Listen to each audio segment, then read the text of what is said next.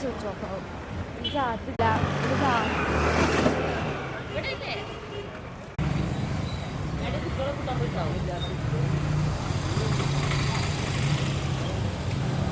Meppadi KB റോഡിൽ Chooralmala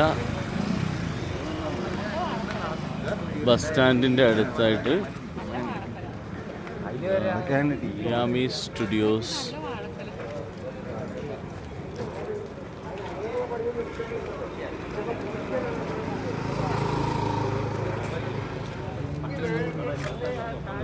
restaurant.